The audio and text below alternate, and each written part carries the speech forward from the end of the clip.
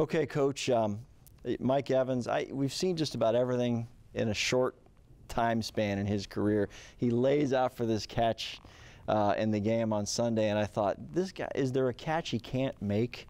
And how much fun is it to watch the film when you know what had happened already and he's just making these plays? He makes it look so easy. You know, you see more than that in practice. So in the game, it's really not a big deal to the coaches and the players. You know, he can jump up with one hand in practice and snatch one down without even blinking. And you just look at him. It's almost like it's the norm for him, but you forget what's easy for him is hard for everybody else. And he's doing it, you know, really from day one. He's always, it's just about always contested. He knows that the game plan against you guys is going to be around him for a big chunk of it. How difficult is that for an elite wide receiver, just day-to-day life, knowing it's not going to be easy?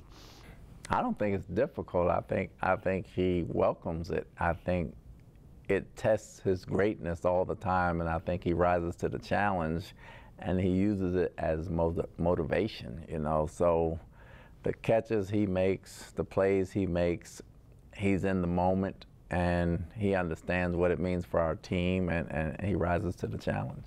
How nice was it to get Leonard Fournette more involved? I know things opened up a little bit, and the passing game kind of plays into the way he runs as well, but he really had a heck of a ball game.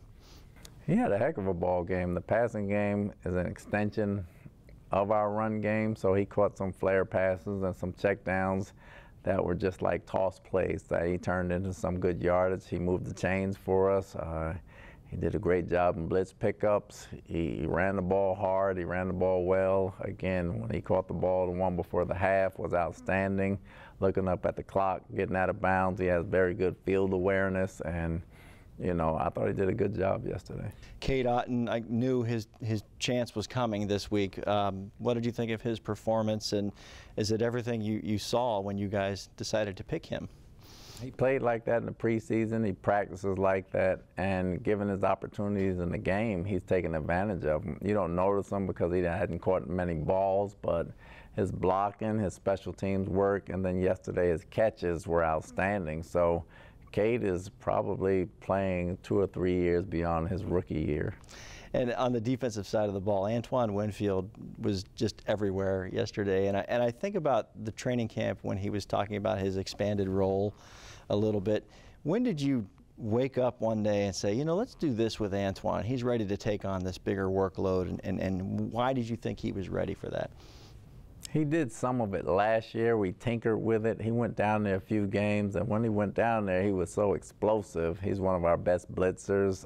He's one of our best sniffing out the quick screen guys. He can get off of blocks. He can tackle. He loves it. He's very physical, and he's very sudden. His quickness and suddenness down there, you know, makes up for a lot of wasted time, and he makes a bunch of plays, so we thought it'd be a bigger role for him this year.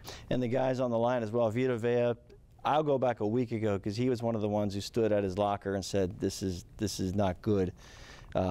He felt like he wasn't a part of anything. He didn't do much at all. Yesterday, he comes out, has a big day, a sack, and just good push up front. So what was the difference for the line, particularly from 1 week to this game yesterday?